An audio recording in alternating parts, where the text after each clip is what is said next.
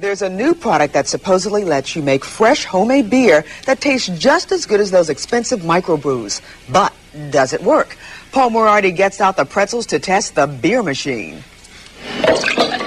If you like a nice cold frosty one now and then, like Ed Keating does, then you've probably noticed the high cost of those trendy microbrewed beers. How much was this, Ed? $24 a case. Wow. But you don't have to pay lots of money for premium beers. Because now you can have a microbrewery right in your own home with the beer machine. Check it out. The ad says enjoy twice the taste at half the price. Fresh, naturally carbonated beer in just 7 to 10 days. And it's easy to make. You pour beer mix, water, and yeast right in here. Then you just wait about 10 days. Now, the beer machine itself costs about $100. But after that, supposedly you can make case after case of fresh microbrewed beer for only about $13 a case, or about half what you'd pay in the store. Of course, the big question is... Can you believe it? Well, there's one way to find out.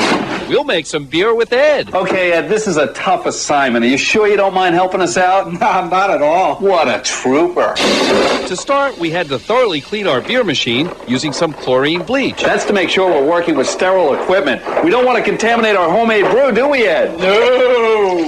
Next, we assembled the beer machine. That was pretty easy. How long would you say that took, Ed? Just a few minutes. Yeah, pretty easy. Now it's time to mix the beer, and they actually have 17 different types of this beer mix to choose from. And Ed, which one are we choosing? American lager. Okay, let's do it. All we had to do is pour in the mix, then fill with water, and add a pinch of yeast. And that's all there is to it, Ed. Great. When do we get to drink it? Easy fast, Eddie. We got to wait 10 days. But in the meantime, just so that you can build up a thirst, I brought you some pretzels. Oh, great. Thanks, Paul. See you in a week and a half. So I left Ed behind to eat lots of pretzels and to keep an eye on our homemade brew. And a few pretzels, and 5 days later, Ed transferred the beer machine to his refrigerator, just like the directions said to.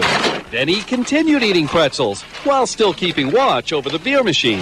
And after several bags of pretzels and 14 days, I'm back. I returned for a taste test. Okay, Ed has removed the beer machine from the refrigerator, and we're about to sample our homemade brew. So, Ed, did the pretzels help you build up a really good thirst? Just pour the beer, Paul. Okay. So I opened the tap of our beer machine, and take a look. Our homemade brew sure looked like a good draft beer. Okay, Ed, give it a taste. By the way, if you're wondering, I can't drink on TV. My boss won't let me. So, Ed, what's the verdict? Tastes great. Really? Is it as good as a premium microbrew beer? I think it is. I'd buy this beer. Wow. So the beer machine worked as advertised, easily making homemade brew that tasted just as good as expensive premium beers. Which gave us both a little business idea.